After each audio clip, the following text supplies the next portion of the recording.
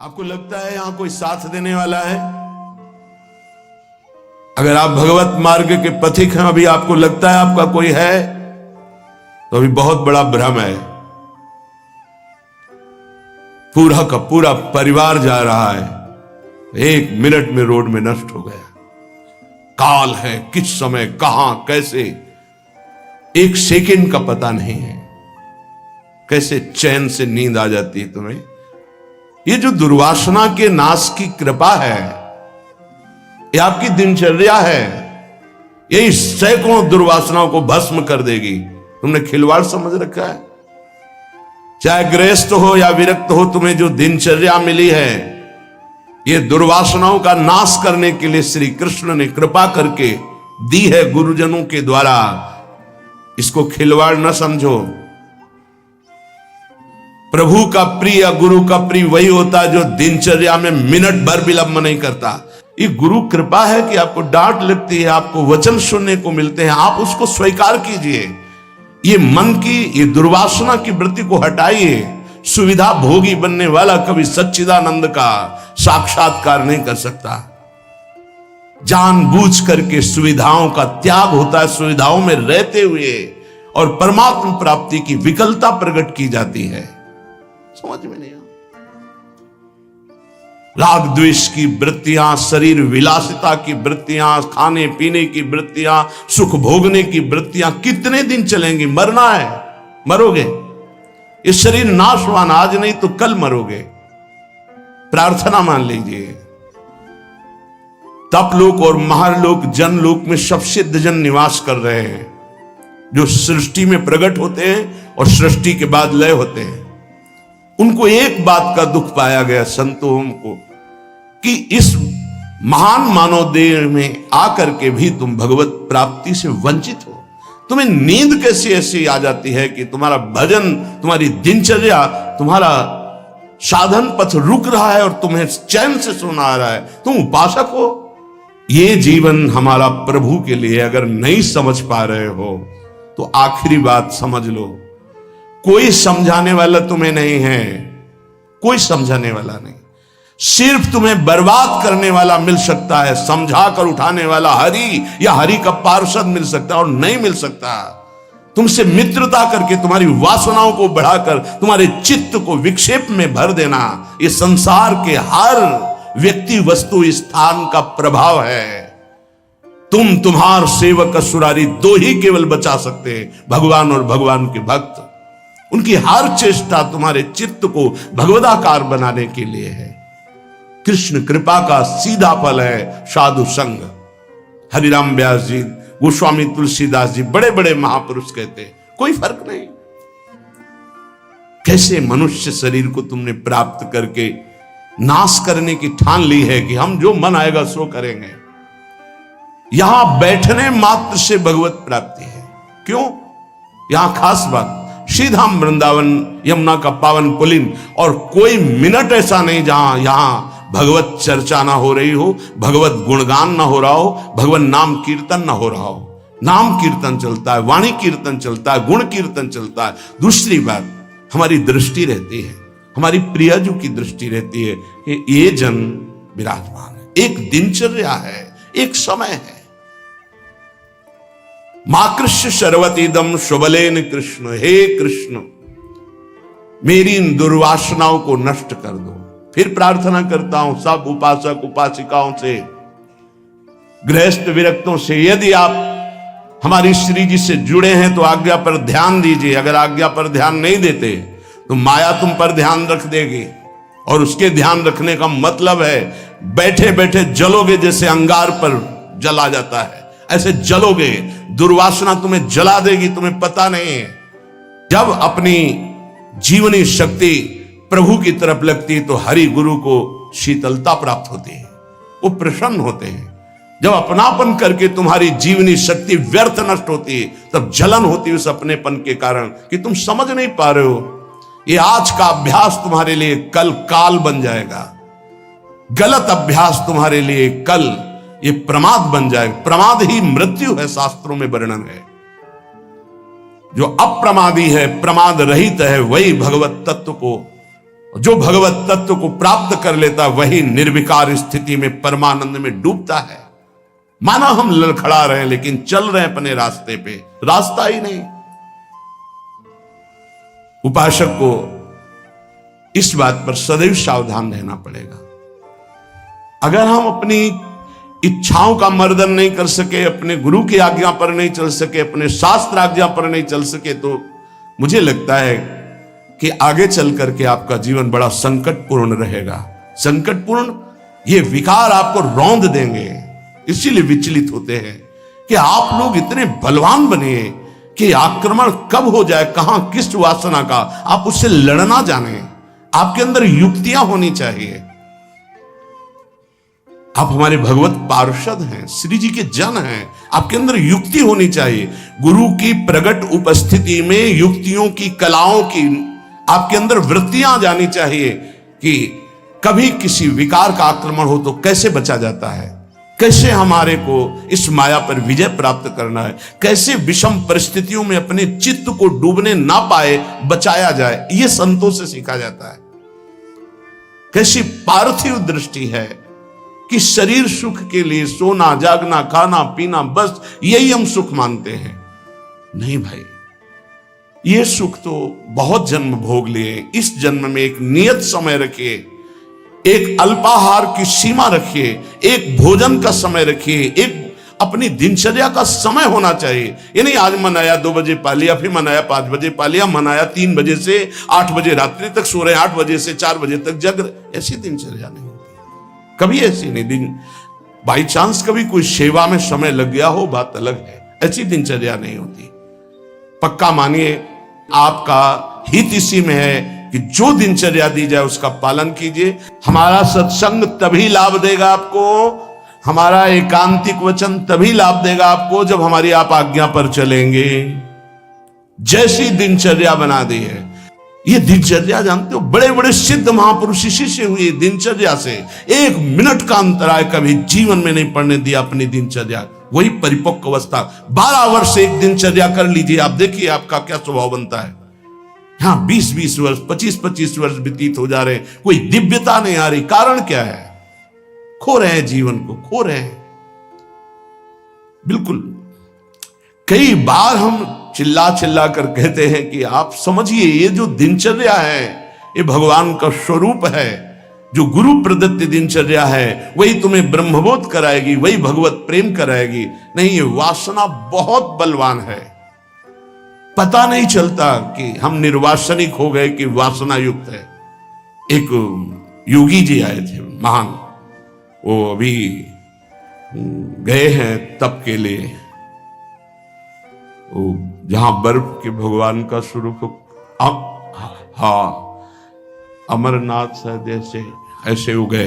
वो बोल रहे थे कि क्या है कि इतनी साधना पर भी वासना, क्या ये प्रारब्ध है? प्रारब्ध से वासना भोग उपस्थित कर सकती, क्रिया नहीं। क्रिया उपासक स्वयं छूट दे करके करता है। कोई भी भोग सामग्री प्रारब्ध से, विश्व की भोग सामग्री आ सकती है पूर्व प्रारब्ध से, लेकिन उसका संयोग आपके अविवेक और विवेक के ऊपर टिका हुआ है। अविवेकी हो तो संयोग करोगे, विवेकी हो तो बचा लो, नहीं तो प्रारब्ध भोगते भोगते पशुता आ जाएगी, दैवी संपत्ति नहीं आएगी। प्रारब्ध का आना हो सकता है, लेकिन प्रारब्ध हमको उस भोग में लिप्त कर दे, ये अज्ञान हो सकता है। ये प्रारब्ध नहीं है कि आप मनमानी आचरण करते रहें, आप मनमानी। कितना दुलार किया जाएगा, कब तक दुलार किया जाएगा? भगवान इतना दुलार करके मानव देह दिए, कहते भगवान कहां है? कैसी विचित्र भगवान की माया है। गोस्वामी श्री तुलसीदास जी महाराज कहते हैं, तू तो पछितई है मन में जी हाथ। अभी समय है, समय है। सबसे बड़ा पछतावा क्या? भगवान का साक्षात्कार नहीं हुआ और शरीर छूट रहा है। ऐसे साक्षात्कार होगा? केवल भगवदाकार वृत्ति से भगवत साक्षात्कार होता है, उसी के लिए सारा प्रयास है। सबसे बड़ा डर क्या? प्रभु का नाम न छूट जाए, सबसे बड़ा डर। जिसने इस बात को समझ लिया वो जीत गया। सबसे बड़ा पछतावा क्या, बिना प्रभु से मिले जा रहे हैं, यहां से मृत्यु लेख से बिना भगवत साक्षात्कार किए जा रहे, बड़ा पछतावा। सबसे बड़ी भयंकर डरावनी बात है कि प्रभु को भूल गए। का हनुमंत विपत्ति प्रभु सोई, ये दो बातें कभी जीवन में चिंतन किया इनका? एक सेकंड के लिए भगवत विस्मरण भी बर्दाश्त नहीं। सबसे बड़ी हानि, सबसे बड़ी विपत्ति, सबसे बड़ा भय भगवत विस्मरण हो जाना। और बड़ा पछतावा कि जा रहे हैं लेकिन प्रभु से आंख नहीं मिला पाए, जीवन व्यर्थ चला गया। सबसे बड़ा मन पचितई है अवसर बीते, दुर्लभ देह पाए हरिपद भज करम बचन अरु जीते। ए सुत बनितादि जान स्वार्थ रत ना करुणे सभी ते, अंत ही तो ही तजेंगे पामर तू न तजय बहीते। जानते भी नहीं हो कि पुत्र कौन बनाए, पुत्री कौन बनाए, पत्नी कौन बनाए, पति कौन बनाए। ये बस 40, 50, 60 वर्ष का संयोग, इसके बाद कितना है 40, 50, 60 वर्ष। ब्रह्मलोक में एक सुई लेकर कमल के दल को छेद दो, यहां 1 वर्ष हो गया। अगर 60 बार वहां से छेद दिया तो पूरा जीवन चला गया। कितना समय है। ऐसे ब्रह्मा भी जिससे भयभीत रहते हो, काल चक्र भगवान का है। ऐसे भगवान की प्राप्ति नहीं की तो भटकते रहोगे अनंत योनियों में। तो तू पछितई है मन में जी हाथ, ये प्रक्रिया होती है, पूरा जीवन व्यर्थ चला गया। भयो है सुगम तो को अमर अगम तन, समुझी धोकत खोवत अकाथ। तो तू पछितई है मन मींजी हाथ, सुख साधन हरि विमुख वृथा, जैसे श्रम फल घृत हित मथे पाथ। यह विचारी तजी कुपथ कुसंगति, चलि सुपंथ मिली भले साथ। तो तू पछितई है मन मींजी हाथ। ऐ मन, तू पछताएगा बाद में, हाथ मसलेगा, तेरे कुछ कब्जे में नहीं आएगा, हाथ में नहीं आएगा। तुझे देवताओं को लिए भी दुर्लभ मानव देह मिली। भयो है सुगम तो को अमर अगम तन, अमर कहते देवताओं को, देवताओं से भी श्रेष्ठ तेरे को मानव देह मिली। समुझ धोकत खोवत अकाथ, और ये मानव देह मिली थी भगवत प्राप्ति के लिए। क्या समझ करके तूने भगवत विमुख जीवन व्यतीत करने का निश्चय कर लिया? क्या तुझे मिलेगा? कौन सा कार्य तेरा बन जाएगा? रोज आयु क्षीण हो रही है, लोग जन्मदिन मना रहे हैं, आज बर्थडे, तुम्हें पता नहीं 365 दिन मिट्टी में मिल गए। अगली श्वास है कि नहीं है कोई भरोसा नहीं। न नाम कीर्तन, न भजन, न भगवत चिंतन, और 1 वर्ष व्यतीत हो गए, न भगवत साक्षात्कार हुआ। तो हमें तो लगता है 1 वर्ष व्यतीत होने के बाद भगवान नाम कीर्तन करके, भगवत प्रार्थना करके रोना चाहिए कि नाथ 1 वर्ष गए, अगला वर्ष हमारा आपके दर्शन योग्य हो जाए, आपके चिंतन योग्य हो जाए। तू तनिक भी चिंता नहीं कर रहा, व्यर्थ क्यों अपने जीवन को बर्बाद कर रहा है? जहां नाम जप नहीं है, भगवत समर्पण कर्म नहीं है, आज्ञा का पालन नहीं है, तो खिलवाड़ आप अपने जीवन से स्वयं कर रहे हैं। सुख साधन ये बहुत बड़ा साप है। हमारी बात समझ में नहीं आएगी, लेकिन आपसे प्रार्थना करते हैं, जो साधक सुख सुविधा से भजन करना चाहता है वो भूल जाए कि वो भजन करेगा, भगवत प्राप्ति करेगा। दुख और असुविधा भगवत प्राप्ति के मार्ग पर ऊपर चढ़ाती है। सुख और सुविधाओं का भोक्ता कभी भजनानंदी नहीं हो सकता, कभी नहीं।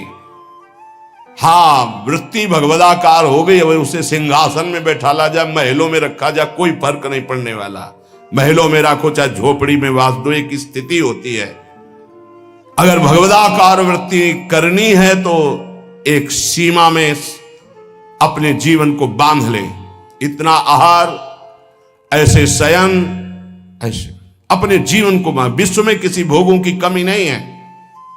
जब तक भगवदाकार वृत्ति न हो तब तक सुख सुविधाओं को नहीं।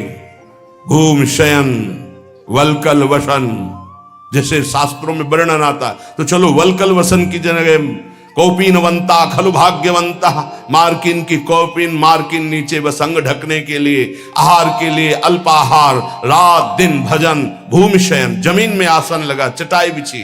50 साधक ऐसे हैं, उनके कमरे में जाओ तो कुछ है ही नहीं, एक चटाई बिछी हुई बस, एक अचला लंगोटी टंगी बस, वो भी तो साधक है।